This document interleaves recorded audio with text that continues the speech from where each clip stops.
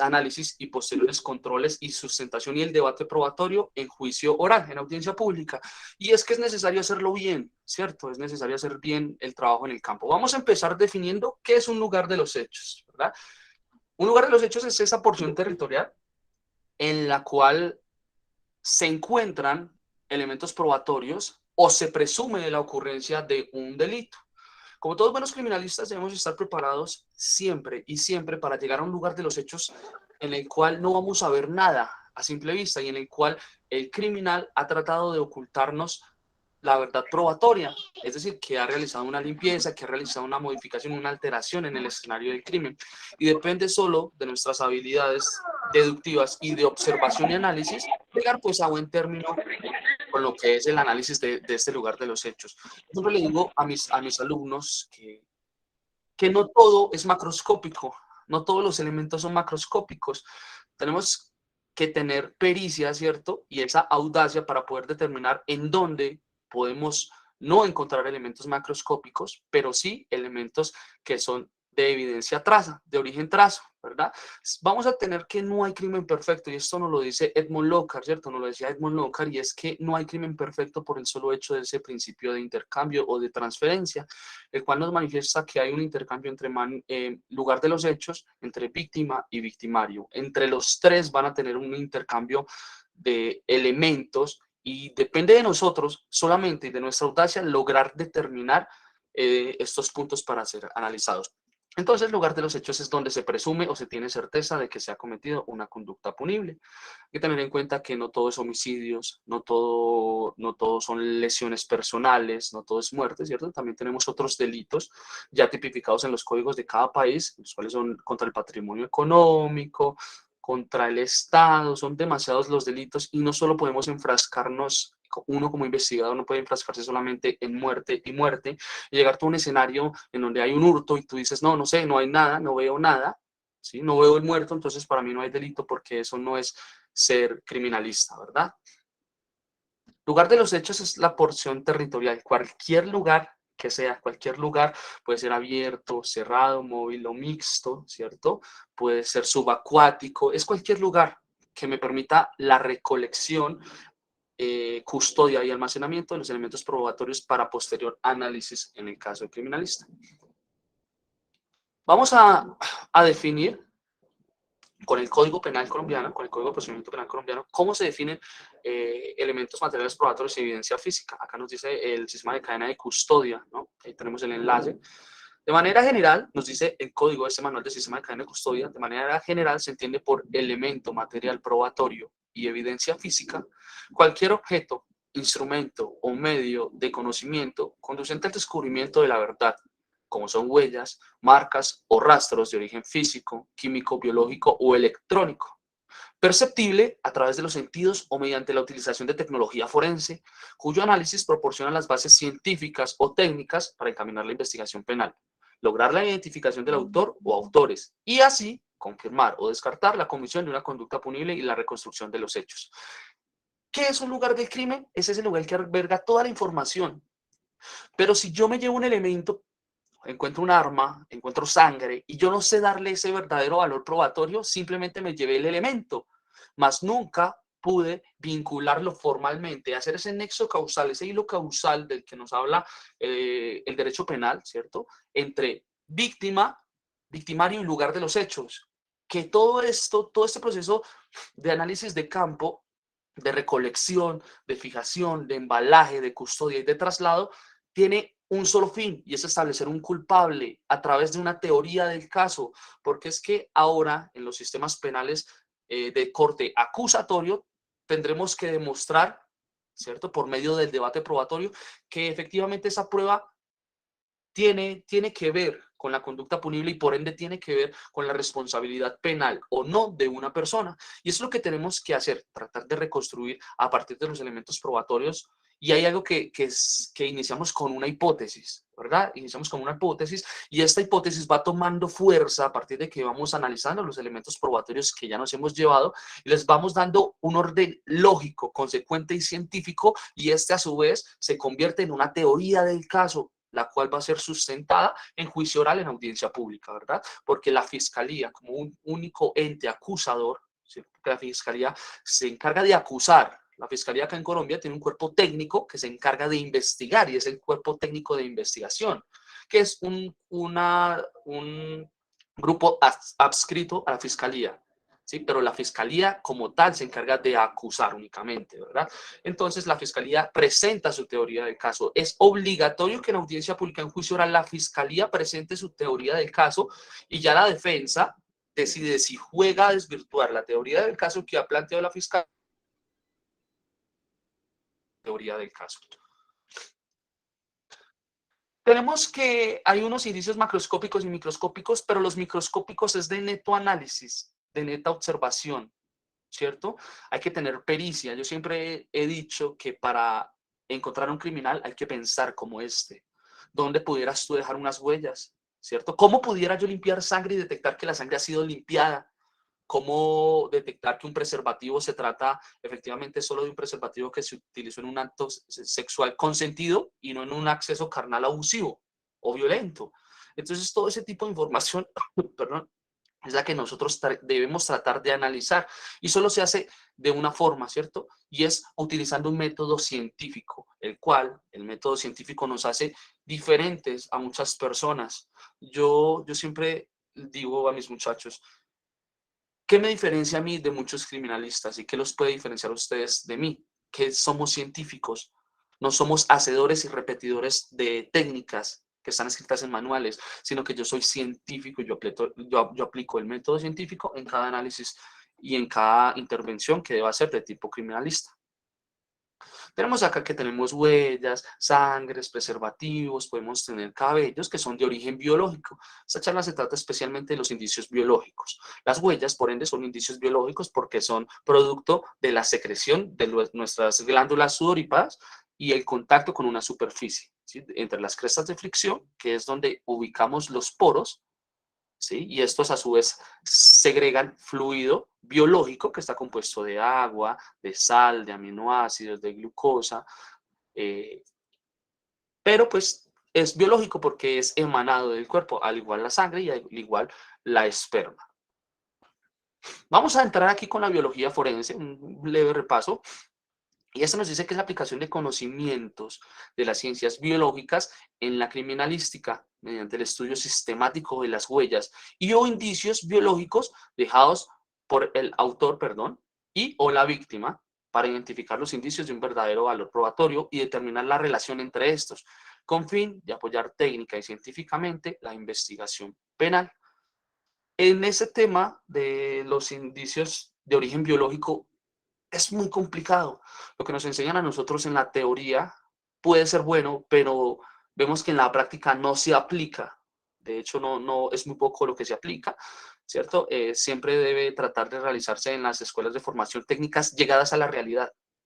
Yo para estas técnicas de origen biológico, yo por ejemplo, ¿no? Porque la diferencia es mucha, es mucha. Y cuando salen los muchachos no van a salir preparados con esa noción verdadera, sino vamos a salir con una noción falsa, porque a mí me pasó en mi periodo de formación.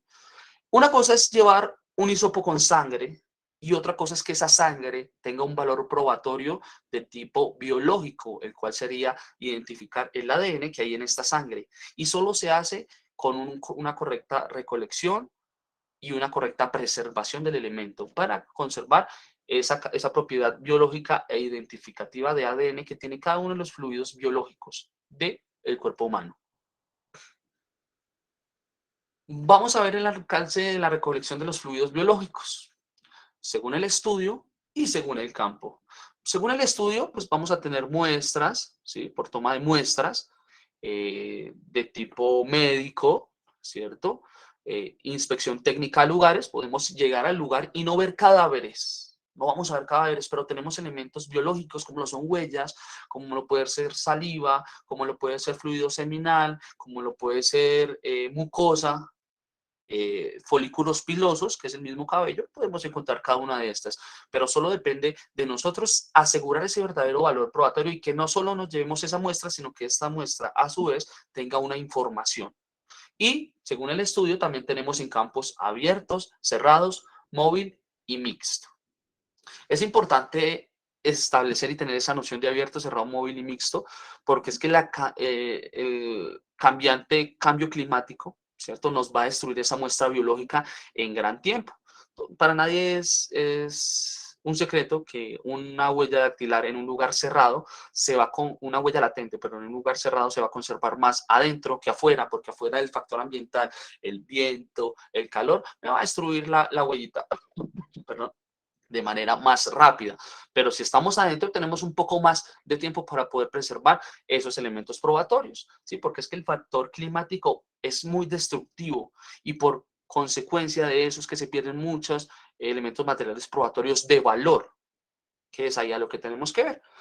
Y tenemos, según el campo, ¿sí?, tenemos en el área penal, en delitos sexuales, en el área civil, en casos de pronto de paternidad, ¿cierto? Y en caso médico, en muestras histológicas o análisis sanguíneos. Las muestras histológicas son ese análisis de la composición de un tejido, ¿verdad? Entonces vamos a tener esos tres campitos de acción.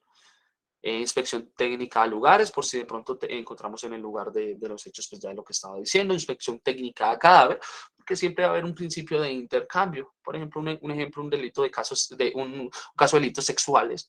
Vamos a tener que hubo demasiado contacto entre víctima y victimario y a su vez un principio de intercambio. Y sabemos que la mujer y cualquier persona, su instinto natural es defenderse frente a una agresión. Por eso es tan importante esa preservación de la evidencia traza en la zona ungueal, que es la zona que bordea el límite del dactilograma con las uñas. Esa zona es muy importante, es potencial de evidencia traza en bastantes casos. No en todos, no en todos, porque en muchos de los casos no se tiene contacto directo entre víctima y victimario, sino a partir de un proyectil, ¿cierto? Se va a generar esa lesión producto, pues va a causar la muerte. Entonces, no tenemos tampoco que dejar a un lado, ¿cierto?, esta posibilidad. Yo siempre digo que lo peor que puede pasar en un análisis es que me salga negativo, más no deje al azar ese resultado posible, ¿verdad? Que es uno de los pasos del método científico. Vamos a descartar acá, vamos a mencionar, perdón, algunos de los elementos de tipo biológico en el lugar de los hechos que podemos encontrar de manera muy común. Y es que es importante saber manejar cada uno de estos, porque el criminalista está preparado para armas de fuego, elementos cortantes, elementos cortopulsantes, elementos contundentes, pero nunca nos han preparado de pronto para conservar la sangre solo con un hisopo y póngala en un container, en un tubo de ensayo, y llévela al laboratorio, ¿cierto? No nos han preparado para recoger un cabello. Uno siempre piensa que esos son en bolsas Ziploc. Y de hecho, ningún residuo biológico va en una bolsa, ninguno, porque la bolsa pues tiende a generar una calor, una exudación y una contaminación y alteración y por ende destrucción de los elementos probatorios que vamos a encontrar en ellas. Los elementos más comunes es la sangre, el semen, el folículo piloso o cabello, las plumas, las fibras, secreción lagrimal, como son saliva y moco, insectos necrófagos, restos de tejido orgánico y sarro ungueal. Ese sarro ungueal es el mugrecito que tenemos entre las uñas, básicamente, en palabras mal dichas. Tenemos unos pasos del método científico y es aquí donde empezamos a cambiar la historia en la investigación, darle un valor científico, a no ser hacedores y repetidores de procedimientos, sino a ser estructurados y científicos. Lo primero que debemos tener en cuenta es cuando llegamos al lugar de los hechos, es una pregunta basada en la observación. Y es que es lógico que cualquier criminalista debe saber que tenemos unas preguntas de oro. ¿Qué? ¿Cómo? ¿Cuándo? ¿Dónde? ¿Por qué? Y si se puede, el quién. Y solo cuando nosotros tengamos respuesta a todas esas preguntas que acabo de mencionar, ya tendremos el caso resuelto. Solo habría que ir al debate probatorio y sustentar nuestra teoría del caso en la cual vinculamos formalmente a una persona, a un lugar de los hechos y a unos elementos probatorios provenientes de ese principio de intercambio que nos mencionaba Edmond Locke. Vamos a investigar, vamos a entrar al campo, vamos a fijar, vamos a hacer las técnicas de criminalística en campo, las técnicas como son la lofoscopia, la documentoscopia, ¿cierto? La recolección de elementos, la balística. Vamos a empezar a hacer todas esas actividades. A partir de que yo ya tengo esas preguntas, yo ya empiezo a darle unas respuestas posibles en la etapa investigativa. De allí viene una formulación de hipótesis, y es que en esa observación y en esa investigación yo ya recogí unos materiales probatorios que me apuntan a ciertas partes, ¿verdad? Lo ideal es siempre hacerse varias hipótesis. No hay un número, es decir, no hay un número, no te podría decir yo 3, 4, porque se pueden manejar 20 hipótesis, ¿sí? Como lo han hecho en muchos de los casos, porque uno no debe dejar ninguna variante. Solo la vas dejando cuando vas a través del material probatorio descartando esa información o la vamos vinculando y nos apunta hacia otros lados porque nos va direccionando. Tenemos una fase de experimentación, ¿cierto? Que esa fase de la experimentación, más que todo, se da en los laboratorios. Tenemos unos análisis de datos con todo lo que ya hemos recogido, con los resultados de laboratorio, con las hipótesis, con los materiales probatorios venidos de la investigación y los cuales surgieron en esa etapa de observación. De allí subsiguen unas conclusiones, pero ustedes ven abajo que entre el proceso de experimentación y de análisis de datos puede surgir algo. Yo experimento y me da un resultado imprevisto y me apunta a otra hipótesis. Y aquí es donde se mejoran o se rechazan las hipótesis. Es bastante fácil, es bastante sencillo y es de conocimiento básico para cualquier criminalista y cualquier forense. Tenemos acá, este es un caso real, este es un homicidio real. Vamos a hacer una observación. Los invito a que en un minuto hagan una observación de estos elementos para que entren en contexto de la escena. Este es un caso real.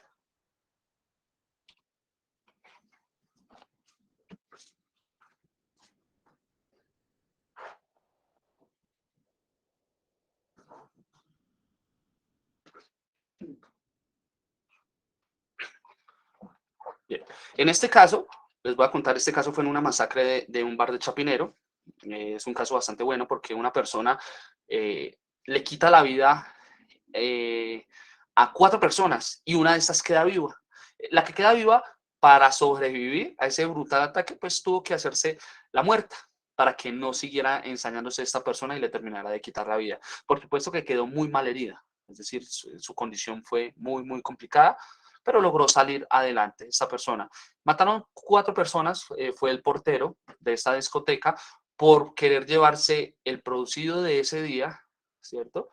Y pues obviamente querer volarse. Esta persona pues obviamente fue capturada. Ahí vamos a analizar unos puntos claves como son estas huellitas, yo me salgo, estas huellas de pisada, ¿cierto? Este caso salió en televisión y me gusta mucho analizarlo. Ahí tenemos la huellita. Y acá tenemos otra huellita. Ahí tenemos otra huella. Sabíamos que la persona proveniente de estas huellas de pisada, que son con fluido biológico, producto de la víctima, no de ella, por la extravasación sanguínea que presentó el cuerpo, producto de unas lesiones por arma de fuego y por unas lesiones cortopunzantes.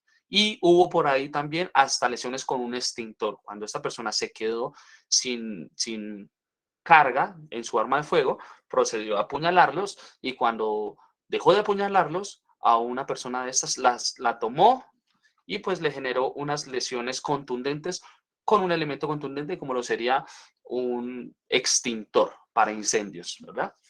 Acá uno se plantea unos problemas. El lugar de los hechos es un lugar cerrado, es un lugar protegido del ambiente externo. Vemos que hay 3 tipos de cosas que podemos analizar en este lago hemático. Es que vemos una sangre seca, una sangre coagulada y una sangre líquida, ¿verdad? Son 3 tipos de recolección y eso lo vamos a ver ahorita, si se quiere ver de esa forma.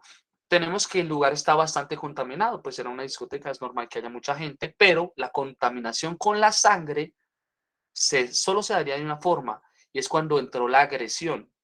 Producto de esa agresión vienen unas heridas, esas heridas generan una contaminación en el lugar de los hechos y la persona entra, se para allí y manipula los cuerpos. ¿Cómo supimos que era de esa persona y no de una de las víctimas? Porque analizamos se analizaron las prendas, los zapatos de las víctimas y ninguno presentaba tanto la dimensión de la talla, ¿cierto? Porque era considerablemente grande y no presentaban ese tipo de suela para que producto del contacto entre la suela y, la sangre y el piso, pues quedaran estos patrones. Por lo tanto, se concluyó que solo la persona dueña de estas botas era el autor material de tal hecho.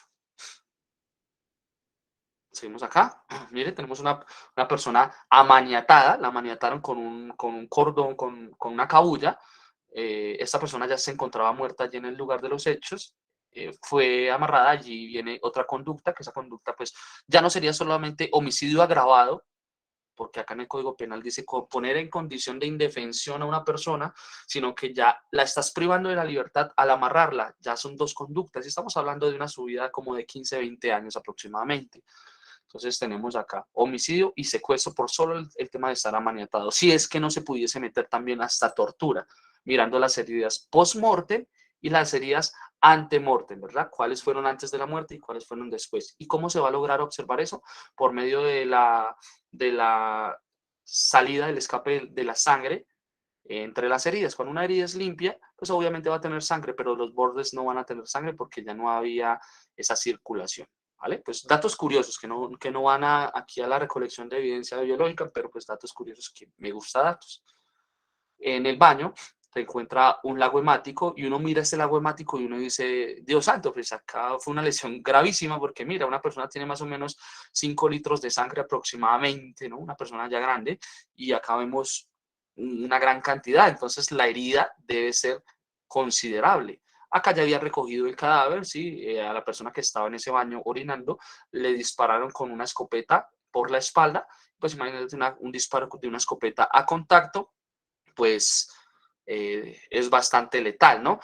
Producto de ello, vemos en la pared, ahí en la pared, vemos un patrón de dispersión hemática, de pronto no en el ángulo que se espera porque la fotografía no nos permite ver hasta allá, pero pues en la pared seguramente sí quedó esa dispersión de los perdigones entrando y lesionando el cuerpo.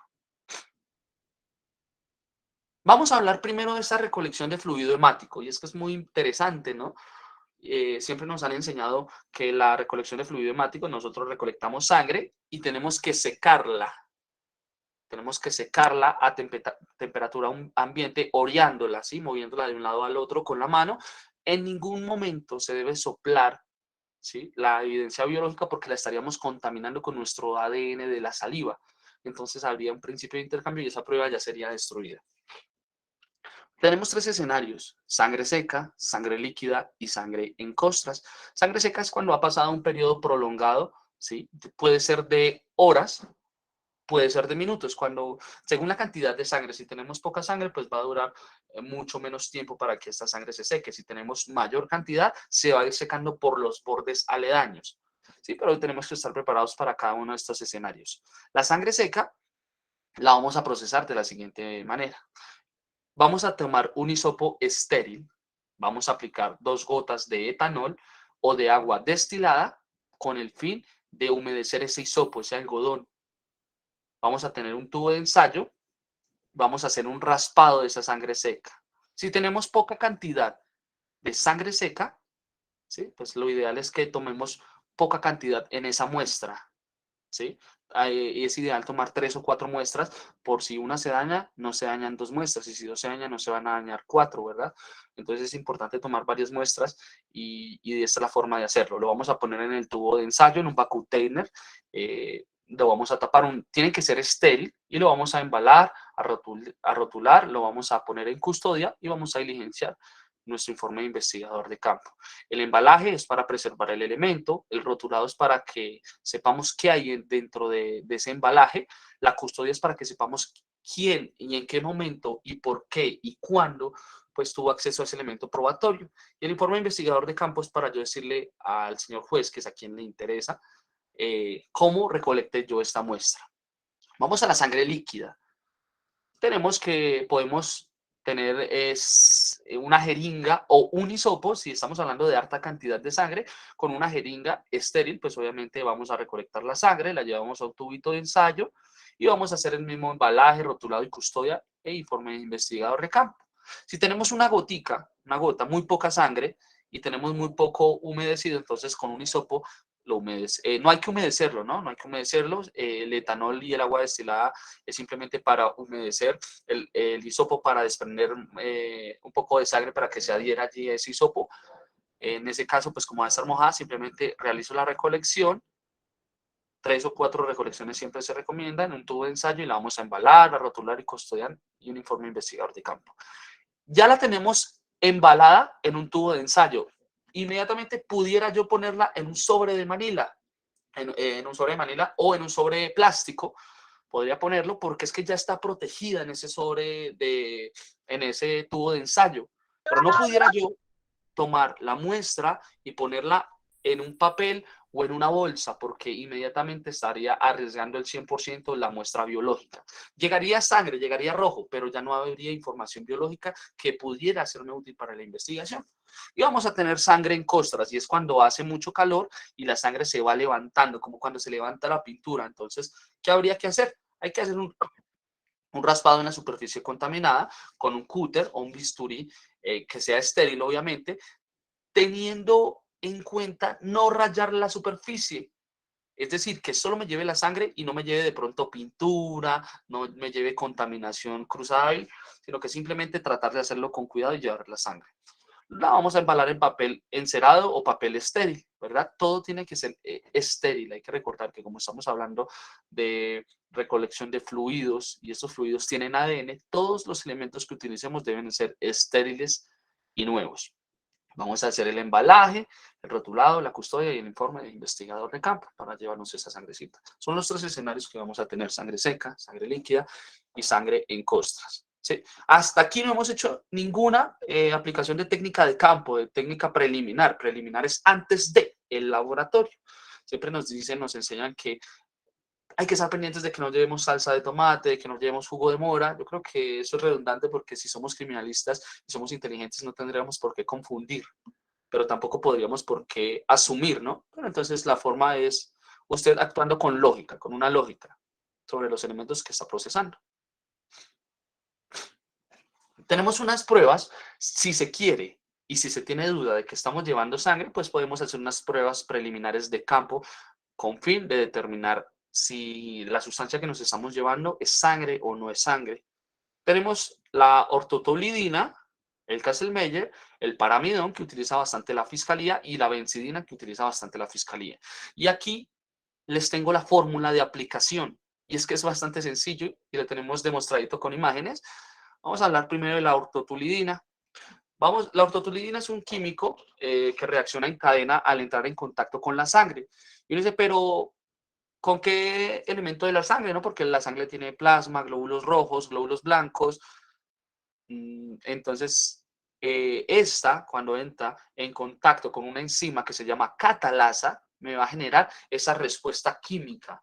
Y es una respuesta colorimétrica, que es un cambio de color entre la muestra, como la recogimos, y la muestra después de aplicar estas técnicas de químicas. Vamos a tomar ortotulidina en una muestra en un hisopo estéril. Tenemos allí la sangre, en cualquiera de las presentaciones sangre. Si la sangre es seca, ya sabemos que vamos a tener que aplicar 2 goticas de etanol o 2 goticas de agua destilada, simplemente es para humedecer. Vamos a recoger la muestra, un raspadito, un hisopado, vamos a aplicar 2 gotas de peróxido de hidrógeno. Inmediatamente la muestra, si es positivo, perdón, positivo para sangre, vamos a tener como un color azul verdoso. Inmediatamente la muestra va a presentar una reacción química que va a cambiar de color. Ya no va a ser roja como la vemos cuando la recolectamos, sino va a ser un color azul verdoso. Ya lo vemos ahorita en unas imágenes. Tenemos el Kastle-Meyer, que es mi favorito. Entonces, ¿cómo se aplica? El Kastle-Meyer se aplica con etanol, 2 gotas de etanol o 2 gotas de agua, simplemente para humedecer el hisopo. En caso de no requerir humedecer el hisopo, simplemente continúo con el hisopado, recolecto la muestra de sangre, voy a aplicar el reactivo de Kastle-Meyer, 2 goticas, espero 30 segundos, aplico 2 goticas de peróxido de hidrógeno, inmediatamente me daría un preliminar positivo color rosado o fucsia, ¿verdad? Y ahí si me da ese resultado positivo, yo ya sé que esta sustancia biológica que me estoy llevando corresponde o puede corresponder posiblemente a sangre, porque todos estos reaccionan sobre la catalasa de la sangre, sobre esa enzima de la catalasa, ¿sí? Es lo que va a oxidar. Se realiza un proceso de oxidación y de liberación de oxígeno. Ahorita les explico ese proceso. Tenemos la otra técnica que es paramidón. Paramidón también es un químico. Entonces, si yo necesito humedecer el hisopo, ya sabemos que con etanol o con agua destilada, recojo la muestra, inmediatamente 2 goticas de paramidón, dejo 30 segundos, 2 goticas de ácido acético, 2 goticas hiperhidrol, ¿sí? Y inmediatamente con esa mezcla de esos tres ácidos, de esos tres químicos, vamos a tener un preliminar positivo de color violeta.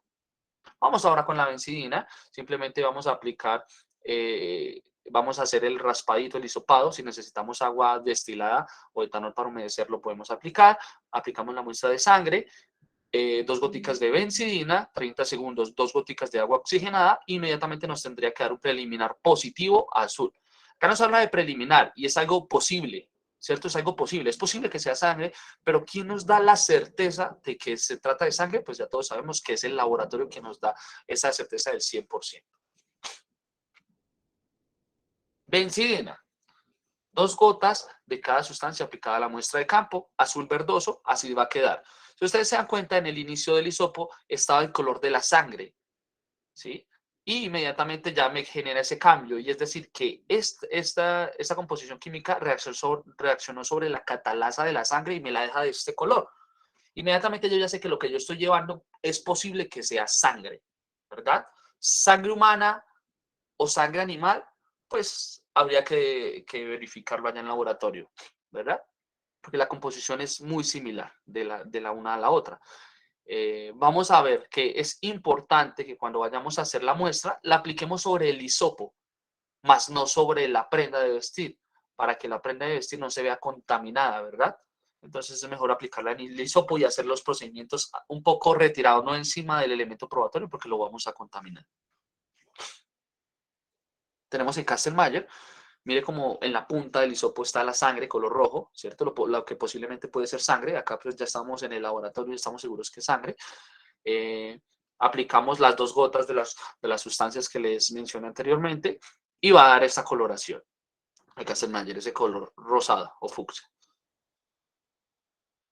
Vamos a aplicar la ortotolidina. Mire que la sangre reacciona donde sea, ¿cierto? Tenemos en prendas de vestir, tenemos en zapatos, tenemos en rocas incluso, y la sangre siempre va a responder a esa respuesta química, o sea, siempre va a tener una reacción a esa respuesta química por la oxidación de la catalasa, ¿verdad? 2 gotas de cada sustancia aplicada a la muestra de campo y vamos a tener este resultado de la ortotolidina.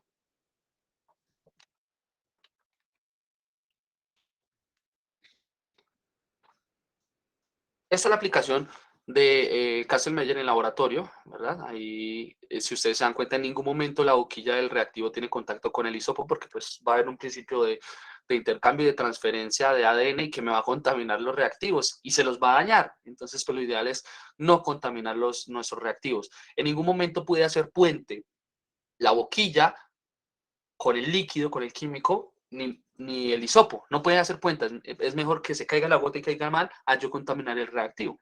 El reactivo resulta un poco costoso.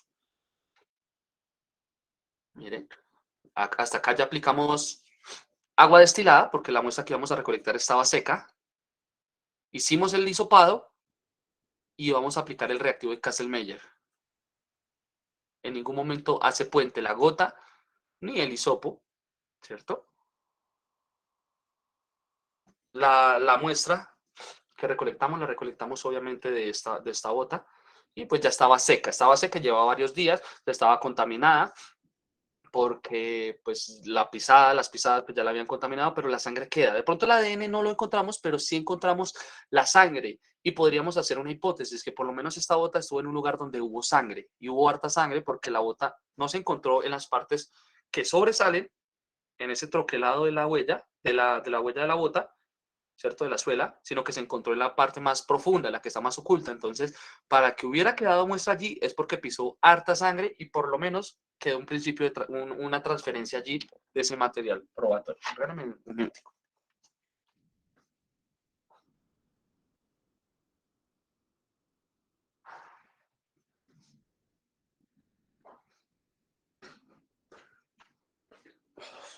Listo. Tenemos los hisopos estériles. Siempre vienen en esta presentación. Automáticamente apenas abres el contenedor, el hisopo ya deja de estar estéril. Vamos a trabajar siempre con, pues, con tecnología, lo que son software. Vamos a trabajar con los microscopios. Allí lo que se ve es la bota, en donde vamos a ubicar en dónde se encontró la pisada, ¿cierto? Obviamente que esta bota no correspondía a la misma, era simplemente un ejercicio que estábamos haciendo para un programa de televisión. Acá estaba la muestra.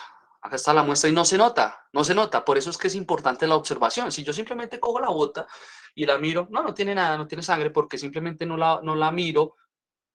Es diferente si yo la observo, ¿cierto? Porque voy a ser muy puntual, puedo utilizar luces. A mí siempre me ha encantado utilizar la tecnología, las luces de alto espectro y de una onda muy, muy completa, pues me pueden permitir ver cosas que una luz de un celular no me permite, ni una luz de un laboratorio me permite. ¿Cierto? Entonces es importante manejar eso, tomarse su tiempo, su observación. Si uno deja afuera todos estos indicios, pues usted puede, de eso pequeño, usted puede resolver el caso o no resolverlo. Entonces es muy importante que usted tenga esa viveza. Hisopo estéril, etanol, barrido con hisopo, es lo que se está realizando hasta allí. Vamos a ver el video. Mire, suavecito, no me encarnizo con ese hisopo hasta quitarme toda la muestra. Y ustedes no la ven, pero allí está. Allí estaba la muestra y miren, que si yo no utilizo esas luces, esa fuente de luz que me permita ver ese manchón rojo, y yo dije, bueno, pues puede ser sangre, puede que no, pero ¿qué es lo peor que me pueda pasar? Que me salga negativa la muestra, y en este punto salió positiva. Hicimos el barrido, no sea, lo ideal es no contaminar el hisopo completamente porque la muestra no va a quedar técnica, es decir, se va a ver un resultado preliminar positivo, pero va a estar muy saturado. Peróxido de hidrógeno, vamos a aplicar el peróxido de hidrógeno, y si nos da positivo, tiene que irse por el color rosado. Y si nos da negativo, no tiene que haber ninguna reacción. Negativo y positivo en cuanto a la reacción del químico con la catalasa de la sangre, que es lo que me va a hacer el positivo. No hice puente, vea que la huella cayó y vamos a ver cómo va cambiando, ¿cierto? Inmediatamente se observa cómo va cambiando, ¿sí?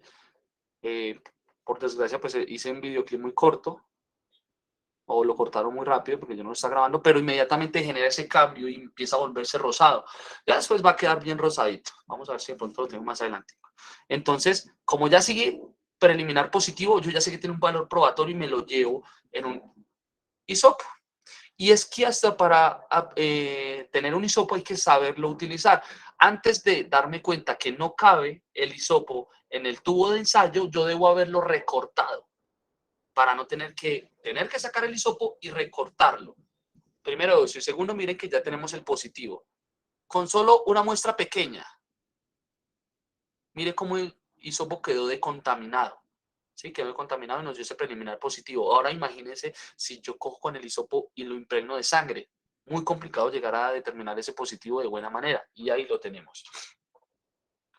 Ya tengo el hisopo cortado, porque el hisopo era como 3 veces más grande, y no manipulo y no me arriesgo a manipular el elemento probatorio de mala manera. De allí subsigue el embalaje, que ya lo estamos haciendo. El embalaje es asegurar ese hisopo, ya lo aseguramos en el tubo de ensayo.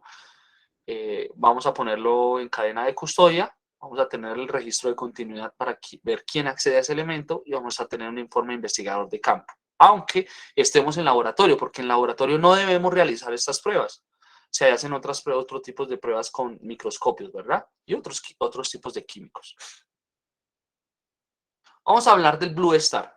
Ya tenemos lo que es la sangre, ya sabemos cómo darle un valor probatorio a la sangre. A partir de que recolectamos la muestra, se debe poner de 5 a 10 grados bajo cero de frío en un contenedor o en una nevera para que este a su vez conserve las propiedades de ADN, ¿verdad? Si no lo ponemos así, simplemente el calor no lo puede destruir. Entonces es mejor no arriesgar a que se destruya ese material preparatorio. De 5 a 10 grados bajo cero se va a llevar la muestra, ¿verdad? Blue Star, el revelador y detector de sangre más eficaz que sirve para ser usado en una escena del crimen o en laboratorio. La extrema sensibilidad del Blue Star Forensic permite ver a simple vista manchas de sangre diluidas en un grado de 1 a 100.000. Imagínense usted todo eso, todo ese alcance, toda esa sensibilidad que tiene este Blue Star Forensic, ¿cierto? El Blue Star o el luminol, que vienen básicamente con la misma composición.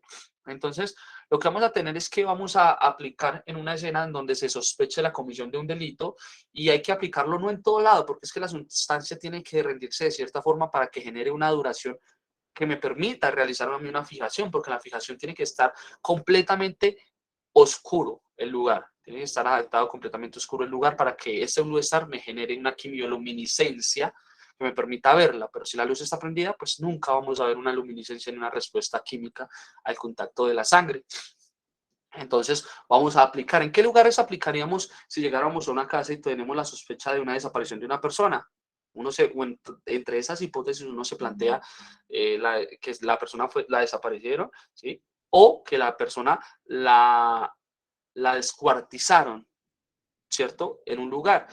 Y para hacer esa descuartizamiento, perdón, en un lugar cerrado, pues se puede, pero en un lugar abierto no. Entonces nosotros vamos a los lugares cerrados y sabemos que toda persona tiene que lavar los trapos por lo menos. ¿Y dónde los van a lavar? En el desagüe. Entonces sería bueno que uno en ese intento ir y desarmar los desagües y hacer esas pruebas en los desagües.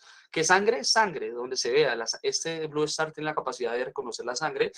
Eh, es muy sensible, pero además de ello, tiene la capacidad de que responde, o sea, su reacción va a ser duradera en cuanto a que hubo sangre hace 4 meses y podemos encontrar todavía esa respuesta química. Si bien ya no encontramos el ADN, nos permite inferir que allí en ese lugar ha pasado algo. Bien, ya tendríamos que utilizar otros métodos para ver si en realidad es sangre o no. Se discute mucho sobre el Blue Star porque se tiene unos falsos positivos y es que este oxida el hierro en la sangre. Bien, entonces en la sangre tenemos hierro, pero hay frutas que tienen hierro, como la fresa, ¿cierto? La fresa tiene hierro, el cloro tiene hierro, eh, el óxido de los elementos tiene hierro. Si yo aplico Blue Star en un elemento que contenga hierro, que tenga óxido, pues va a generar esa quimioluminiscencia. Y entonces uno dice, bueno, ¿y cuál es el grado de certeza entonces si cualquier elemento que tenga hierro me va a reaccionar al Blue Star? El grado de certeza se puede reducir cuando utilizamos sobre la muestra de Blue Star, utilizamos alguna de las anteriores que ya hemos visto para detección de sangre. La detección de sangre reacciona sobre la catalasa que tiene la sangre, más el óxido no tiene catalasa. Es decir, que ya dos nos estarían apuntando de que se trata de sangre, ¿verdad? Si utilizo benzidina, paramidón, Kastle-Meyer, vamos a ver que vamos a tener esa respuesta y que esa respuesta se consigue solo en la sangre, más no se consigue en el óxido. Si el Blue Star me funciona en el óxido, pues la sangre tiene hierro. Pero si quieren venirme a desvirtuar que cualquier cosa tiene hierro, yo les digo cualquier cosa tampoco tiene catalasa. Y vamos a hacer esta otra prueba y nos va a dar también positivo. Ya serían 2 que nos indican un preliminar positivo de que puede ser sangre. Entonces hacemos un jaque mate con 2 jugadas, ¿verdad? Hay que tener esa inferencia, esa viveza y esa audacia y ser pensante de que 2 pruebas se pueden conjugar y darme un buen resultado, un resultado más eficaz. ¿Bien? Porque si esto fuera así tan fácil como lo dicen que las frutas y todo eso, no sería científico, no sería tan costoso, pero hay que saberle dar el valor probatorio a cada técnica de campo que vamos a utilizar.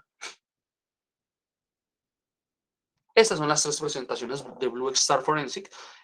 Asoforenses maneja siempre Blue Star Forensic. El luminol es un poco complicado de conseguir, pero pues es bueno, hace la misma función. Tenemos dos tablitas de perborato de sodio y potasio, ¿sí? Que estas dos van a hacer esa quimioluminiscencia, esa reacción sobre el hierro de la sangre, y lo que va a hacer es que a partir de que rompe esas cadenas de hierro genera una quimioluminiscencia que solo se va a ver si el ambiente está oscuro y solo va a reaccionar donde hay hierro. ¿Vale? Entonces tenemos presentaciones líquidas, en pastillas o en sobres. ¿Cómo se prepara eso? Porque es que hasta prepararlo es importante. Si ustedes se dan cuenta, cada una de estas presentaciones tiene 2 compuestos, uno naranja y uno blanco, ¿cierto? Entonces tenemos que mezclar estos dos ¿Y cómo lo vamos a hacer? Destapando, siempre tiene que ser estéril, porque lo que vamos a buscar es evidencia biológica de tipo sanguíneo, de tipo hemático. Entonces tiene que ser, la combinación y la mezcla tiene que ser estéril. Vamos a, en un frasco, en un atomizador que ya esté esterilizado, vamos a aplicar agua destilada, ¿sí? El agua pues está limpia, no es agua de la llave, porque la llave tiene hierro, partículas de iones de la tubería, entonces ya va contaminada y fácil que al entrar en contacto con las tabletas de Blue Star genere una luminiscencia, porque es que la tubería tiene hierro. Entonces no quisiera eso, yo quisiera que se fuera una mezcla pura. Lo voy a hacer con agua destilada, aplico los dos combinados sobre 200 mililitros o 300 mililitros máximo de agua, que eso es muy poca agua, y la fórmula va a tener una duración más o menos, lo he hecho, de 3 minutos. Pero si yo la rindo con un medio litro de agua, la duración va a ser de 10, 5 segundos, muy rápido y muy tenue. Entonces, para una fijación fotográfica en condiciones de oscuridad total, sin luz, tendríamos que dejar un triángulo de exposición muy grande, ¿sí? De que la apertura del diafragma me reciba mucha luz para que pueda identificar eso. Y si la mezcla no está bien realizada, entonces lo que va a hacer es que va a ir el color y se va.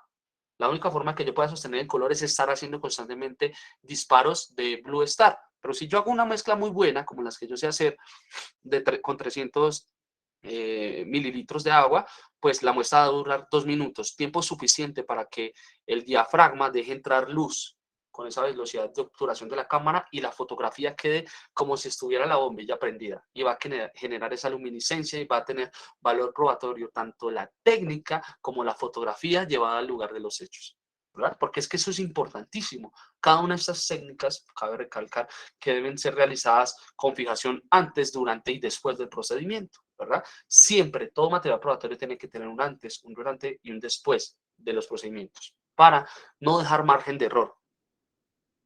¿Cómo mezclar? Bueno, ya tenemos 4 onzas líquidas. Yo siempre lo aplico en 300 mililitros de agua, y vamos a hacer que se disuelva los comprimidos, se van a disolver completamente. El agua va a quedar un poco amarillita, ¿sí? Por acción del potasio y, y el perborato de sodio, entonces van a quedar un poco amarillentas, pero van a hacer esa composición. Vamos a tener en cuenta que la preparación es ideal utilizarla en un solo momento. Es decir, no puedo yo prepararla hoy y utilizarla mañana. Aún así me da resultado, pero lo ideal y la técnica es que usted utilice elementos que estén en buen estado. Y en ese momento, pues el mismo Blue Star o el luminol te indica que utilice en el menor tiempo posible. Utilice una vez abiertos los comprimidos y elaborada la mezcla. Y si yo utilizo otro que ya tengo hecho, y eso se ve reflejado en mi informe de investigador de campo, en el cual he reflejado todas las actividades que he hecho, pues obviamente el juez y la contraparte se va a dar cuenta de ese mal obrar en cuanto a los procedimientos, y esa prueba va a perder credibilidad y valor científico, y es lo que no puede pasar, ¿vale? Entonces hay que tener cuidado con eso. Vamos a tener Blue Star. Miren, tenemos unas pruebas. El Blue Star es bastante bueno, bastante bueno. Tenemos una pared antes y una pared después. Esta fórmula fue muy fácil de fijar porque estaba muy comprimida, estaba bien elaborada, entonces la quimioluminiscencia va a ser bastante buena, que me va a permitir una buena fijación fotográfica. Ahora, si yo quiero saber si esto es cloro o es puede ser fresa restregada, como le quieran decir, para tratar de desvirtuar, porque la verdad tiene que ser probatoria, entonces yo voy a aplicar sobre esto una muestra, unas pruebas de Kastelmayer o de benzidina o de paramidón, para ver si me resulta positivo a la catalasa, que eso no contiene la sangre. Ya tendría 2 que me están indicando que es sangre. Y mire que acá la lavaron y la pintaron. En esta parece lavado y pintado, y solo se ve un manchón, pero es de suciedad. Y cuando nosotros hicimos la prueba, porque esa prueba fue un caso real, pues ya vimos que efectivamente se trataba de sangre. Y mire, las gotas que se ven más azules es porque se ha desprendido un poco de la contaminación cruzada que ya había entre la sangre y la superficie. Funciona sobre prendas, funciona sobre las manos, ¿cierto? No son químicos que son corrosivos, pero sí son tóxicos. Entonces no corroen la piel, pero al momento de ingerir sí resultan peligrosos. Podemos hacer las pruebas en donde nosotros tengamos sospecha de que hay sangre, ¿cierto? Miren que ahí tenemos eh, ese principio de intercambio que ha sido delatado precisamente por la aplicación del Blue Star. Una bota. Esta bota se ve limpia, porque la lavamos y la estregamos bien.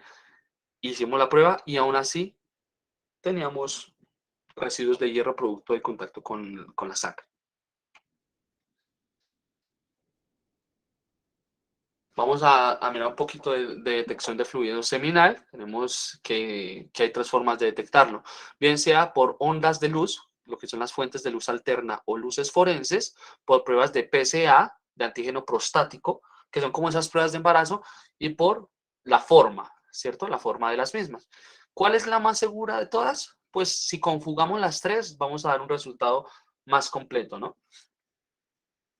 Vamos a mirar. La prueba de PSA, antígeno prostático específico, mide el nivel de PSA en la sangre. La próstata es una glándula pequeña que forma parte del aparato reproductor del hombre.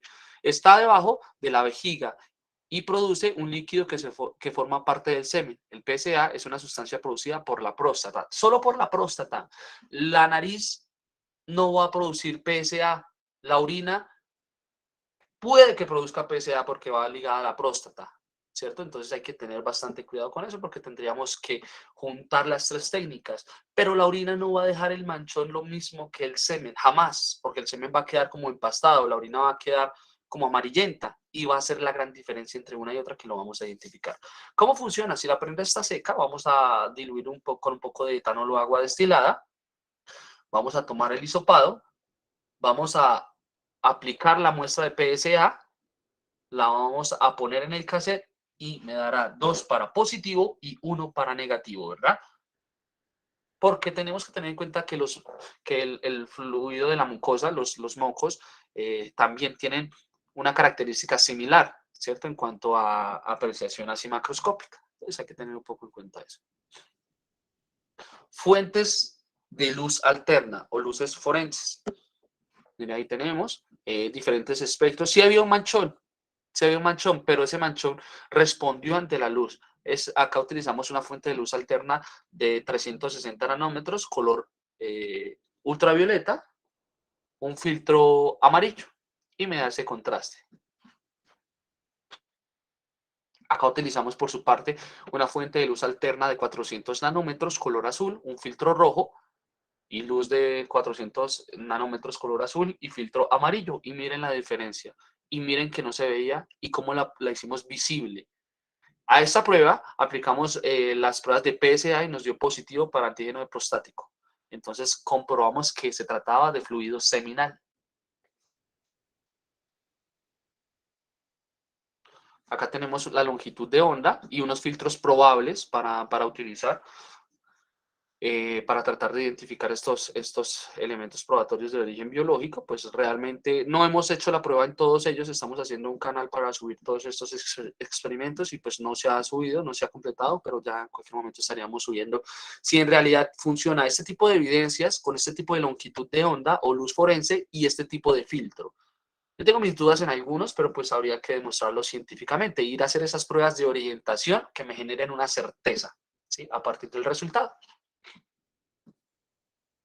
Preservativos y prendas, ¿cierto? Contaminadas. Entonces vamos a ver los preservativos, que siempre es mejor embalar, no nos vamos a poner a hacer laboratorios en el campo, simplemente vamos a recolectarlos y que sea el laboratorio quien nos haga ese trabajo científico.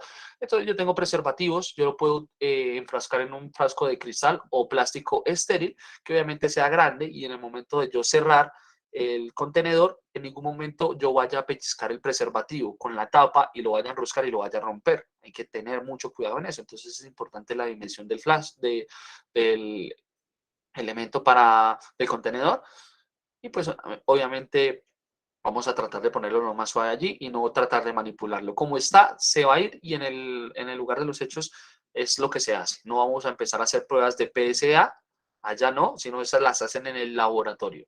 Tiene que ir registro de continuidad, informe de investigador de campo, perdón, acá me confundo, y rótulo y cadena de custodia. Y en prendas, las prendas las vamos a embalar en papel estéril, ¿sí? Como ya todos sabemos embalar prendas, papel estéril. Por cada pliegue que hagamos sobre la prenda debe haber una capa de papel estéril para que no haya ese principio de intercambio. El principio de intercambio sería si yo doblo esta parte genital hacia arriba y la pongo en esta parte donde tengo el cursor, pues obviamente que esa sangre se va a transferir hasta allá. Y allá no estaba, entonces se va a contaminar la prenda. Y lo que tengo que evitar yo es que se contamine esa prenda. Y vamos a hacer registro de continuidad y rótulos, informe de investigador de campo, y la vamos a trasladar. Folículos pilosos, el cabello. Embalar en recipientes de cristal o plástico también estériles, ¿cierto? Vamos a... No hay que cortar, ni doblar, ni arrancar el folículo piloso. Simplemente vamos a tratar de enrollarlo de manera muy suave con pinzas y llevárnoslo así. Si usted se pone a imaginar un poco, uno pone un cabello en un recipiente redondo y este va a tomar la forma redonda del recipiente. Y eso es lo único que hay que hacer. Lo vamos a sellar, lo vamos a fijar y lo vamos a llevar con los requerimientos que son rótulo y cadena de custodia, registro de continuidad, informe de investigador de campo. De campo, acá dice laboratorio, pero es de campo. Hay otros métodos de aplicar luz rasante. Si miramos este elemento material probatorio número 6, no se ve con diferencia este elemento material probatorio número 6, pero que la perspectiva de la onda de luz y la ubicación viene siendo diferente, ¿verdad? Entonces allá podemos ver el folículo piloso, allá se ve. Sí, porque esa luz rasante nos permite ver elementos, trazos, elementos que están adheridos, pero que necesitan de este tipo de técnicas de aplicación de luces para poder ser vistos. Vamos a ver recolección de evidencia en la zona ungueal. Siempre que hay una inspección técnica a cadáver, se recomienda el embalaje de las manos por separado con el cuerpo, en papel estéril. ¿Sí? Acá se utilizan sobres de Manila y esos sobres de Manila es para que protejan las manos. Y obviamente que tiene que haber una contaminación cruzada porque el papel va a tocar la superficie que sería esta zona ungueal que está señalada de verde y se va a transferir. ¿Pero para qué es el papel? Para que si se fue la evidencia, yo pueda recuperarla nuevamente en el papel. Es decir, que tengo dos campos de acción. Lo ideal sería en la zona ungueal, pero si ya se la ha llevado el papel, pues la recupero del papel. Por ende, el papel debe ser estéril. Vamos a ver la recolección de orina. La orina se puede distinguir por su color y su olor a urea. Usted sabe que la orina huele, entonces ese olor es de la urea prostática, es lo que estamos percibiendo. Vamos a tener recolección tanto seca como húmeda como líquida. Si estamos hablando de seco y húmedo, vamos a utilizar un hisopo estéril. Vamos a hacer un hisopado. Vamos a llevar la muestra al contenedor, al tubo de ensayo y vamos a aplicar rótulo y cadena de custodia, informe investigador de campo y el registro de continuidad. Por otro lado, si es líquida, vamos a recoger una muestra con la jeringa, vayamos a un tubo de ensayo, ambos tienen que estar estériles y vamos a aplicar los mismos procedimientos, los mismos protocolos, rótulo y cadena de custodia, informe investigador de campo y registro de continuidad de campo, no de laboratorio. Lo que pasa es que no tuve tiempo de corregirla porque pues, fue de último momento que nos salió este imprevisto. Para ello se recomienda usar guantes nuevos, gorro, tapabocas y no hablar nunca encima de las muestras. Limpiar todo el material que se utiliza durante la toma de muestras, como lo son pinzas, guantes, bisturí, etcétera, con alcohol antiséptico. Embalar las muestras siempre en material limpio o estéril. Si la mancha del fluido biológico reposa sobre una prenda, esta debe enviarse completamente al laboratorio. Así se evitan futuros problemas al omitir el envío de manchas poco perceptibles que puedan ser muy importantes para la investigación. También se evita la alteración de las muestras, es decir, que se sugiere enviar todas estas muestras sin manipularlas y sin hacer pruebas orientadoras de campo al laboratorio, ¿verdad? Si el soporte sobre el cual se encuentra la mancha está húmedo, deberá dejarse secar a temperatura ambiente, protegido del sol y el agua. De no ser posible, puede utilizarse un secador eléctrico portátil o secador de pelo, teniendo la precaución de usar solo con ventilación en frío, pues si se usa a temperaturas altas, se altera notablemente el material genético que allí se encuentra y por lo tanto se perdería el elemento probatorio. El tema del calor es muy complicado, entonces siempre se sugiere guardar en frío estas muestras biológicas. Si son varias prendas o elementos, pues ya sabemos que todos los elementos probatorios van por aparte. Si son 20 prendas, pues 20 embalajes independientes, 20 procesos de cadena de custodia, 20 rótulos independientes. No vamos a unir ni siquiera dos prendas de la misma clase, dos medias y son pares, no.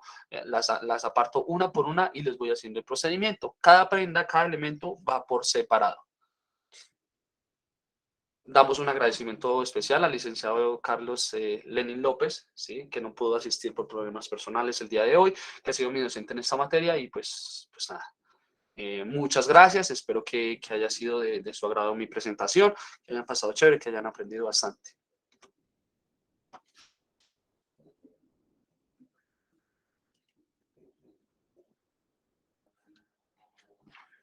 Muchísimas gracias, maestro Alejandro, muchísimas gracias por, bueno, pues por habernos acompañado en esta charla, ¿sí? Por habernos regalado esta excelente conferencia. Por aquí tenemos algunas preguntas. Vamos a darle paso a las personas, a todas esas inquietudes que existen, así acerca de la conferencia y la temática pues, que nos estás compartiendo en este momento. Por aquí, Rocío Acosta nos comentaba, ¿cuál es la manera correcta de preservar las muestras biológicas en espacios abiertos para que no se comprometan dichas evidencias?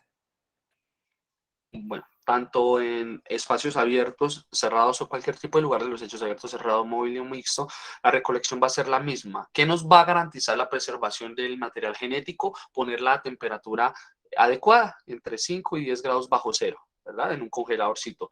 Para ello, pues las unidades móviles de criminalística cuentan con su ambientador de temperatura, una neverita, ¿cierto? Si no lo tiene uno, pues ahí venden unas cajas en icopor con unas pilas que mantienen el frío y allí se puede conservar de buena manera porque lo que pasa es que ya la tenemos preservada y tenemos que darle la temperatura para que llegue con valor probatorio.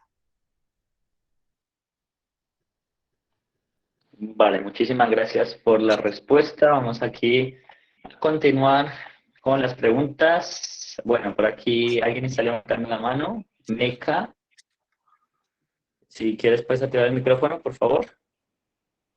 Hola, profes, buenas tardes. Sí, mi pregunta es, tengo dudas en, digamos, cuáles son los fluidos orgánicos y cuáles son los fluidos biológicos. Bien, vale. Los fluidos biológicos son aquellos que están segregados, perdón, por el cuerpo en vida, ¿cierto? Los fluidos orgánicos se dan cuando ya se da esa disolución de tejidos, que ya llegan fluidos, que es materia orgánica, que es producto de la putrefacción, con proceso enfisematoso, licuefacción, putrefacción, que ya empiezan a generar ya no ese fluido biológico con material genético, sino que ya es fluido putrefacto, ya materia orgánica, lo que sobra en el cuerpo. Esa es la diferencia. Esa Ok, chica profe, la gracias. conozco del instituto. Saludos. Vale, muchas gracias por la respuesta y también por participar.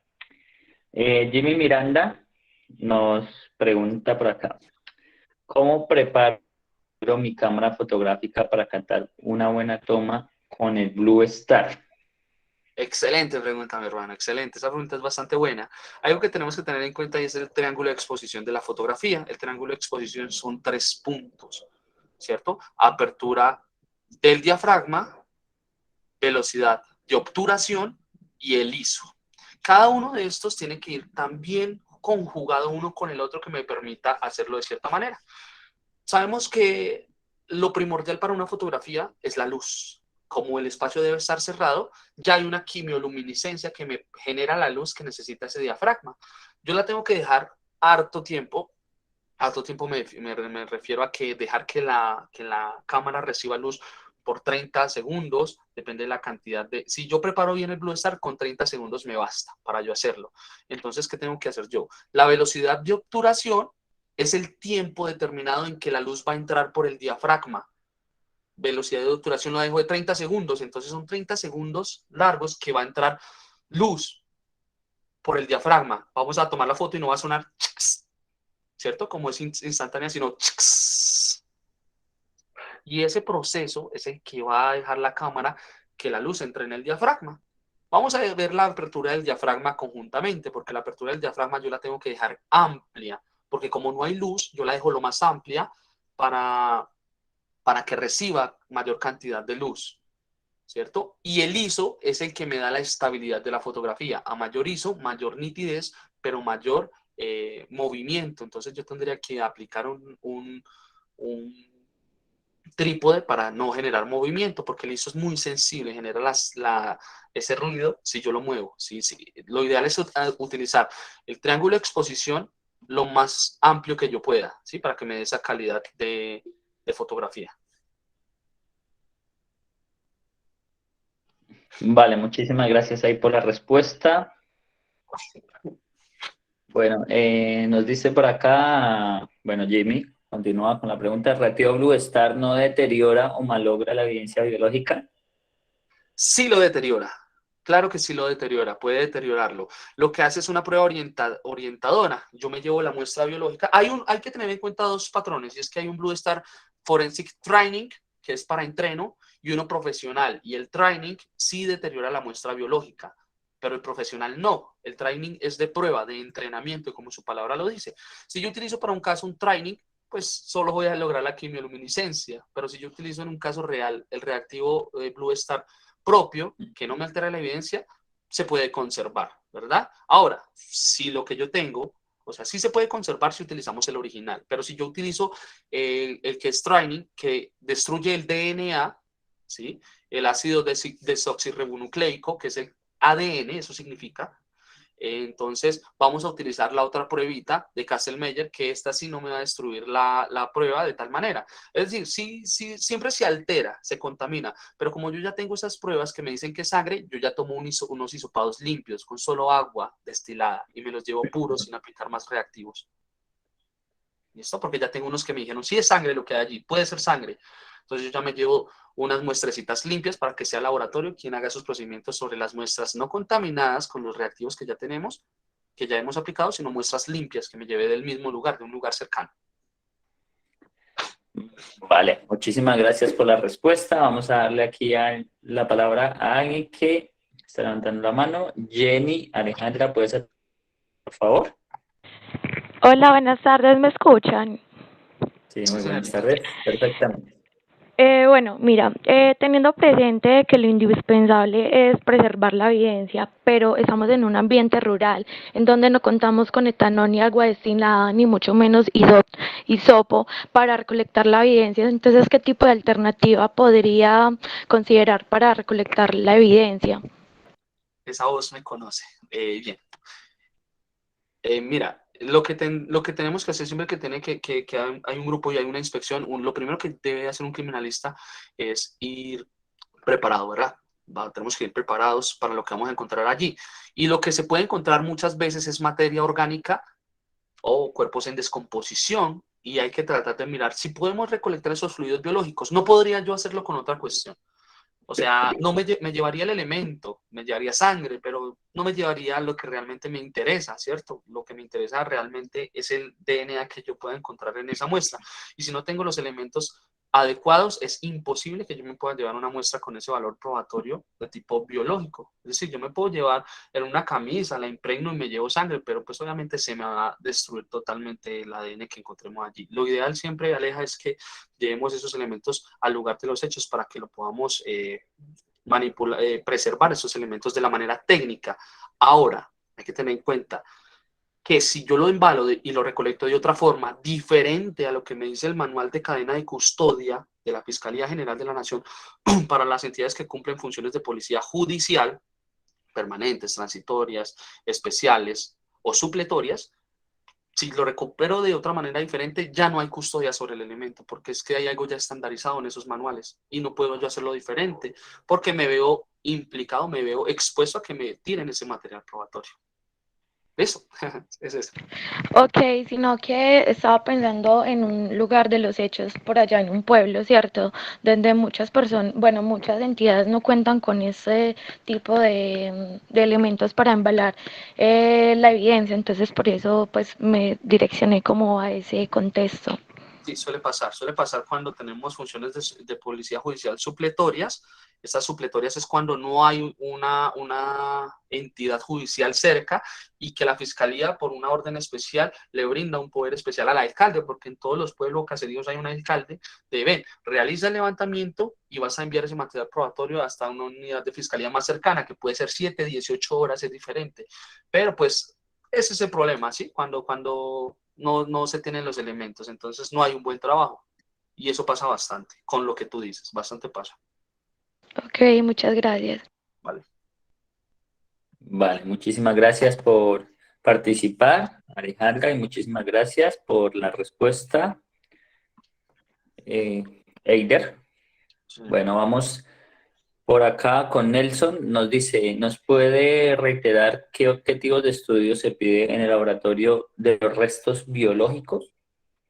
Podemos solicitar estudios toxicológicos, hemáticos, ¿cierto? Histológicos y de ADN. Esos son los que podemos solicitar. Son esos 4 que pudiéramos solicitar nosotros con una solicitud de análisis de elemento material probatorio a un laboratorio de análisis. Vale, perfecto. Muchísimas gracias ahí por la respuesta. Muchísimas gracias a todas las personas que han participado. No sé si alguien tiene alguna otra pregunta, alguna otra inquietud, o ya podemos ir dando por finalizada lo que sería la ronda de preguntas. Jenny, sí, si quieres comentar algo más. Muchas gracias, licenciado. Excelente exposición. Agradezco mucho. Isabel Rivera de Bogotá, Colombia. Muchas gracias, qué bella. Muchas gracias. Vale, perfecto. Meca también, pues si puedes activar tu micrófono, por favor.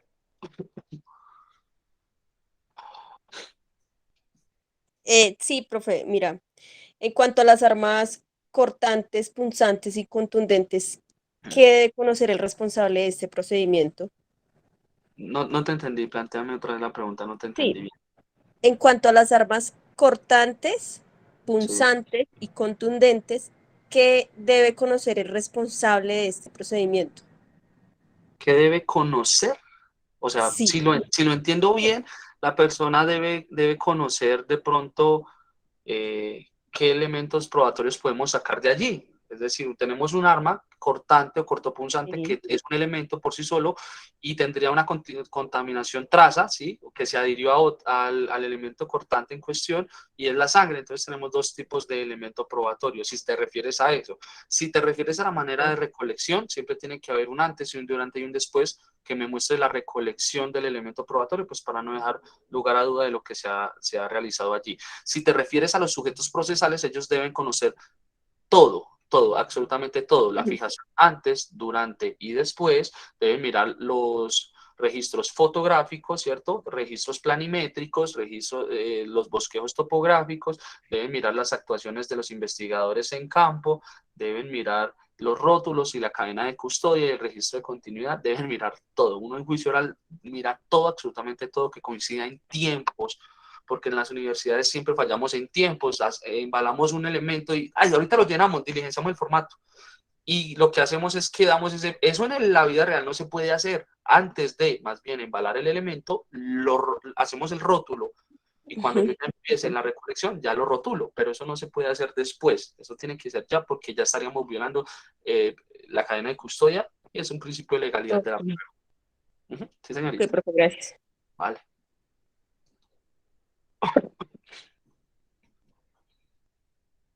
Andrés, el micrófono.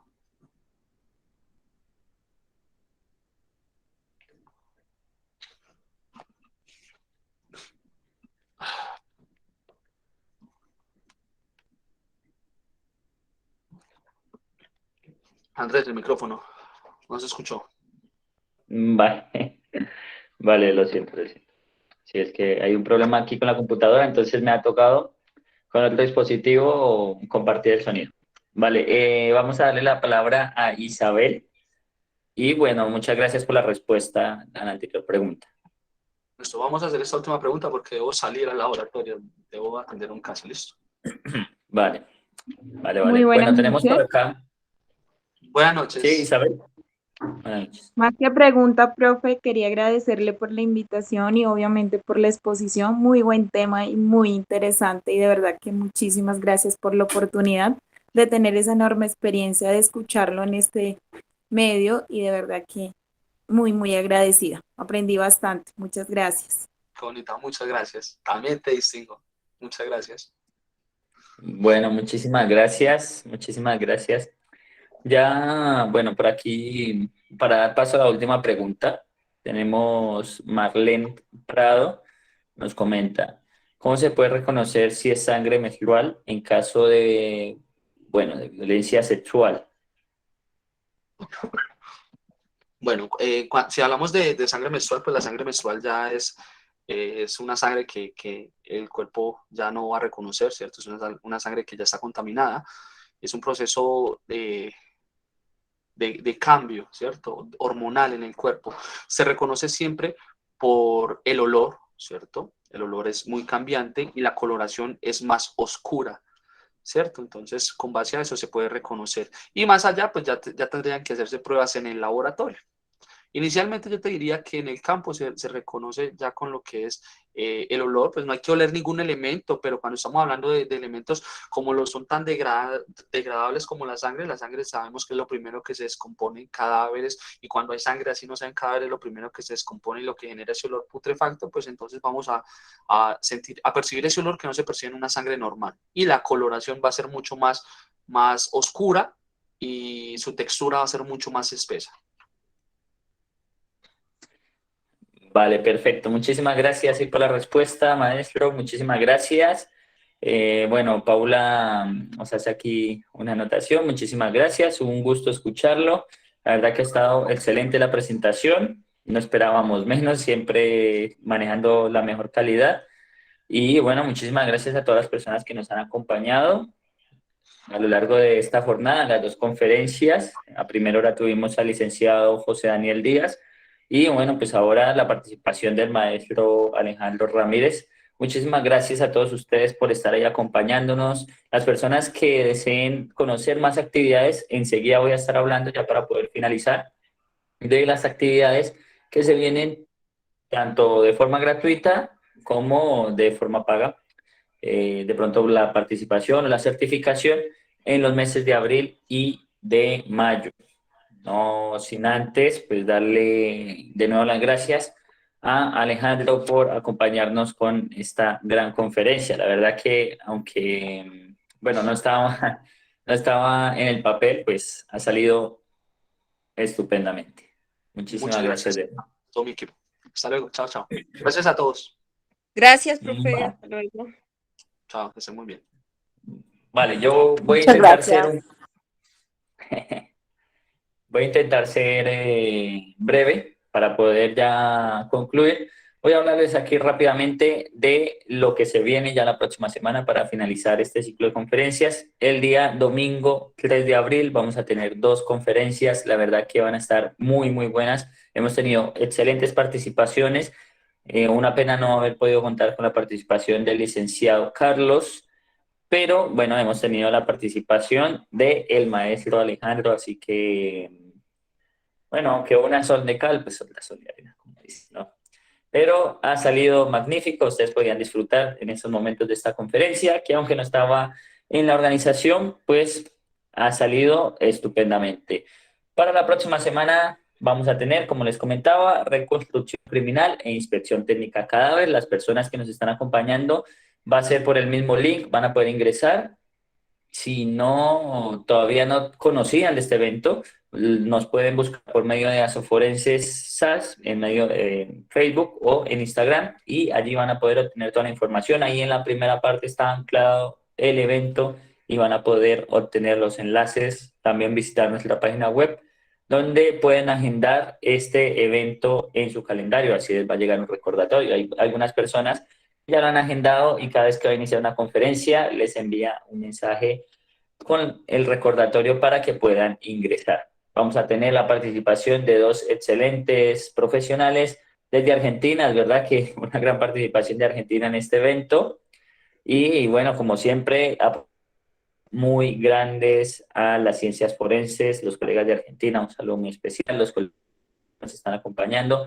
Desde Bogotá, las personas, muchas gracias por acompañarnos, todos los que están ahí conectados. La verdad que es un gusto poder contar con la participación de todos ustedes y bueno, comentarles también acerca, antes de pasar a los otros eventos, de la certificación. Es muy económico. Para que puedas adquirir la certificación de una ponencia o del ciclo completo. Si desea la certificación de esta ponencia que acaba de terminar, que la vamos a incluir porque claramente como se ha impartido en el contexto del segundo ciclo internacional de conferencias forenses, pues la vamos a anexar tanto como, bueno, pues hay reemplazo de la conferencia, pues que debía haberse presentado, pero por motivos de fuerza mayor no se pudo concretar. Entonces, si ustedes desean adquirir la certificación, tendría un costo de $10 fuera de Colombia y en Colombia 30.000 pesos colombianos únicamente, un único pago, van a poder descargar. Bueno, vamos a ver si, que se me olvidó preguntarle a Alejandro, si de pronto pudiéramos obtener ese material o un material complementario para, digamos, como para complementar bajo la redundancia, la información que nos pudo impartir en esta conferencia, o algún tipo de lectura, algún tipo de archivo. Los otros ponentes, pues, nos han facilitado las diapositivas. Las personas que adquieran la certificación van a poder obtener la grabación descargable, la certificación, más el material de apoyo. Entonces, los invitamos a que puedan acceder a esta certificación. También comentarles que tenemos una promoción del 40% de descuento para el ciclo completo. El $, un valor normal, y 300.000 pesos colombianos, las personas desde Argentina, pesos, pero en este momento tenemos un descuento, la verdad que bastante considerable, un 40% de descuento, entonces solamente serían $60, 180.000 pesos para Colombia, que ya es más del 40%, ¿sí? Porque en Colombia se maneja un precio diferente, viendo que somos de Colombia, entonces entendemos la situación y pues queremos brindar estas capacitaciones, queremos que nos puedan brindar ese apoyo, ya que las conferencias son de ingreso totalmente gratuito, como ustedes lo pueden ver. Entonces, las personas que estén interesadas, las invitamos a que nos puedan visitar en www.asoforenses.com o nos escriban a nuestros medios de contacto. También comentarles que tenemos un campus virtual donde desarrollamos los cursos y las actividades de múltiple jornada. Allí van a poder descargar la certificación, la grabación. El campus es campus.asoforenses.com, allí está la dirección web y nos van a poder encontrar allí. Todas las actividades están disponibles 24/7, así que si te interesa alguna capacitación, vas a poder obtenerla en medio del campus directamente, de forma automática. Directamente tú entras a la página de información, ahí ya te aparecen los costos, puedes realizar el pago y inscribirte tú mismo. Entonces, sin mediación. La verdad que es bastante fácil y muy efectivo, o sea, no hay ningún problema. También brindamos un soporte técnico muy completo a las personas que deseen adquirir la certificación. Vamos a estar ahí prestos siempre para ayudarles a que puedan obtenerla de la forma más sencilla. Perdón, una Hablando de los pregunta. métodos de pago, bueno, les comentamos, ¿sí? ¿Sí alguien quisiera compartir algo? No, era que era preguntarte sobre el pago, bueno, desde Colombia, pero como estoy en un sitio donde se está en carnavales y todo ha sido complicado la consignación, y tú dices que hasta el 27, si no estoy mal es hoy, 27 para el descuento. Sí, bueno, sí, aquí es verdad que se ha puesto el 27. Se alarga la fecha, sí, que no, buen apunte porque no teníamos presente. Vamos a alargar la fecha hasta el día del cierre del evento, que sería el día domingo. ¿Sí? Ya algunas personas han adquirido la certificación y han aprovechado el descuento. Entonces queremos brindarles esa oportunidad. También vamos a comentarles que vamos a estar publicando próximamente, yo creo que en el transcurso de hoy o mañana, vamos a estar poniendo unas promociones porque tenemos cursos y unos cursos que están muy interesantes. Vamos a tener un curso de balística forense que está por iniciar, ya en el transcurso de esta semana inicia, y también un curso de tanatopraxia y tanatoestética. Entonces, las personas que deseen participar, va a estar muy bueno, muy económico, muy completo y se van a brindar muchísimas herramientas que van a servir de apoyo. En el pago de este ciclo, bueno, como te comentaba, se puede extender el plazo hasta el final del ciclo. Ya sabemos que termina el día, bueno, como lo marcamos aquí, el día 3 de abril. Entonces, hasta el día 3 de abril, a medianoche, vamos a Perfecto, manejar gracias. ese descuento, ¿vale? Perfecto. Por si deseas obtenerlo. Claro que sí. De todas formas, a ver, si alguien desea obtener la certificación y es seguro que la va a obtener y no puede pagar antes del día 3, puede consultarnos y hacer una reserva para poder, digamos, como brindarle ese cupo. O sea, nuestra intención es que puedan obtener la certificación. Básicamente es eso, o sea, poder contribuir también en la formación académica. Ustedes saben que es importante el conocimiento, pero también es importante la de que has obtenido ese conocimiento. Entonces, tenemos para Colombia, aquí los métodos de pago, cuenta Nequi, muy sencillito. El número de cuenta, aquí ya aparece, 358204. Y bueno, pues a nombre de Carolina Manuel Tafos, por medio de Nequi, como les comentaba, para Colombia. Las personas que están interesadas de pronto fuera de Colombia, manejamos pagos por PayPal o pagos por RIA Money Transfer. Así que si te interesa, toma el pantallazo en este momento y nos puedes escribir a estos números que aparecen ahí en pantalla. Cualquiera de estos números nos vas a poder escribir. Más 57 310 403 4290 y 643 47 86 71. Entonces, vamos a continuar así rápidamente con las actividades que vamos a tener. Bueno, les voy a hablar primero de las actividades de gastroforenses y luego les quiero hacer una invitación especial a un evento que va a ser de talla internacional, que va a tener la participación de diferentes exponentes a nivel internacional. Se va a realizar de forma presencial. Ya les voy a contar sobre eso.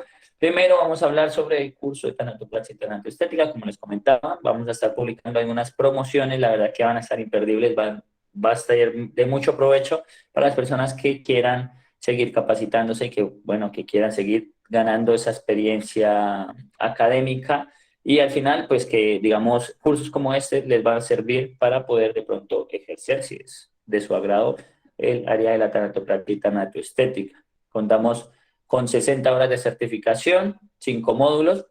Algunas personas nos preguntaban, ¿y yo sí puedo ejercer con este curso? Bueno, para ejercer, digamos, en este tipo de áreas, se exige, digamos, una formación mínima en cantidad de horas y debe ser certificada. Entonces, digamos como que esto es una parte.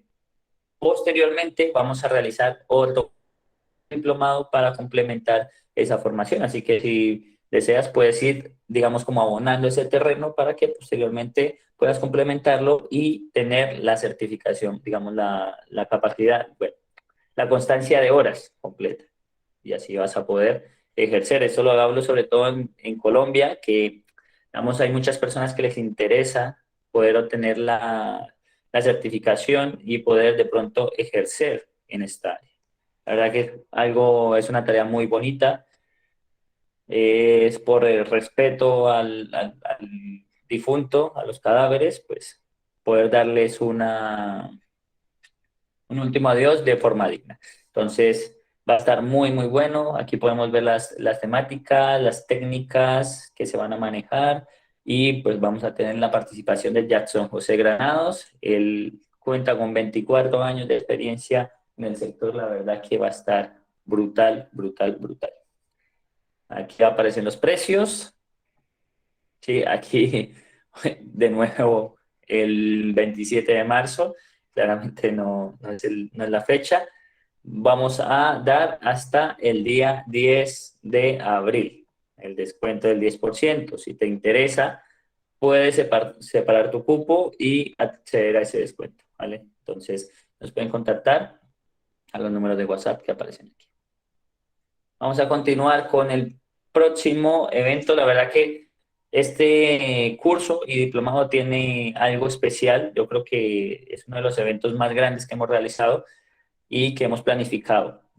Se va a realizar a partir del día 22 de mayo, va a dar inicio y se va a tratar de algo muy especial porque va a ser un curso y un diplomado que se van a desarrollar en simultáneo. Entonces el curso va a tener una duración de meses, pero van a ser 60 horas certificadas y se va a desarrollar en simultáneo la diplomatura con 120 horas con valor curricular. ¿Cuál va a ser la diferencia? La exigencia para la diplomatura va a ser mayor, claramente, va a tener diferentes trabajos, diferentes actividades. Aparte, se va a hacer un trabajo de síntesis que se va a tener que sustentar de forma virtual, claramente. Es un diplomado internacional que va a estar orientado y coordinado por el licenciado Lucas Bravo de Rueso, en acompañamiento del doctor médico forense, médico legista Diego Alfredo Martón. Así que si desean adquirir más información acerca de este evento, la verdad que va a estar brutal y va a tener la facilidad de que puedas acceder e ir pagando mensualmente, digamos, como una parte del pago, porque se va a poder fraccionar. Entonces, si puedes y deseas adquirir, digamos, el valor completo, pues tiene una reducción considerable.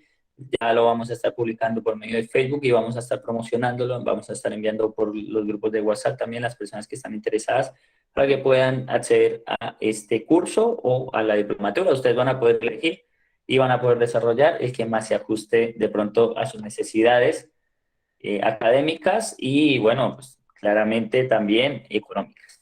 Entonces, esperamos que puedan de pronto participar, acompañarnos en lo que va a ser este evento, que, como les recuerdo, inicia el día 22 de mayo. Va a contar con un manejo totalmente virtual, va a ser por medio del campus, se va a tener soporte de herramientas multimedia, videoclases, va a ser clase semanal y van a ser bastantes clases. Ya para finalizar, como les comentaba, vamos a tener este evento que va a ser la primera jornada internacional de pericias caligráficas que se va a desarrollar en Neuquén, en la Patagonia Argentina, el 5, 6 y 7 de mayo. Va a ser organizada y originada básicamente por el maestro Jorge Luis Mora y su consultorio pericial. Así que los invitamos a que puedan participar. Se puede participar de forma virtual. La verdad que es muy económico para el nivel que se va a manejar y de forma presencial. Las personas que están en Argentina pueden participar, pueden ingresar aún, inscribirse en este evento. Los invitamos a que puedan aquí escanear el código. También nos pueden escribir a nosotros, las personas que tienen nuestro contacto, para que puedan recibir más información. Les vamos a remitir toda la información acerca de este o cualquier evento. Los invitamos a que nos sigan en Facebook como Asoforense SAS, en Instagram también como Asoforense SAS, y que nos visiten en nuestra página web www.asoforenses.com. En nuestro campus virtual, como les comentaba, pueden adquirir los cursos, pueden adquirir las certificaciones de esta o de cualquier conferencia, de las conferencias que estamos terminando, o del ciclo completo.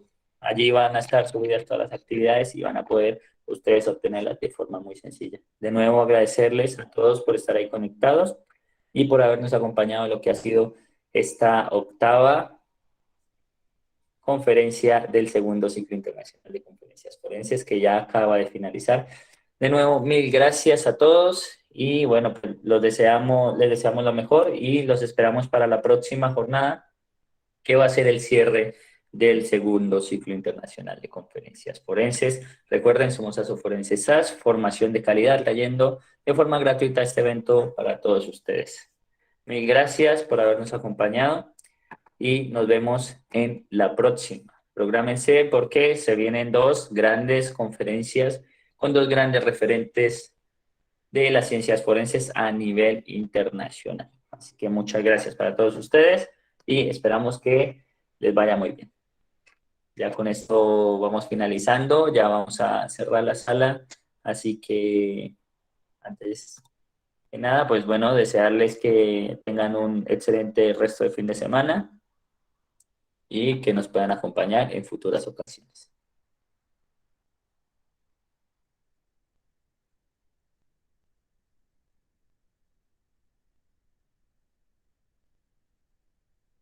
Bueno, muchas gracias. Feliz noche. Muchas gracias por acompañarnos. Gracias, hasta luego. Muchas Vale, hasta gracias, luego, muchas excelente gracias a noche todos. para todos. Igualmente, igualmente. Que ya voy a cerrar la sala. De nuevo, mil gracias a todos y bueno, las personas que no alcanzaron a ver toda la conferencia o la primera conferencia, la vamos a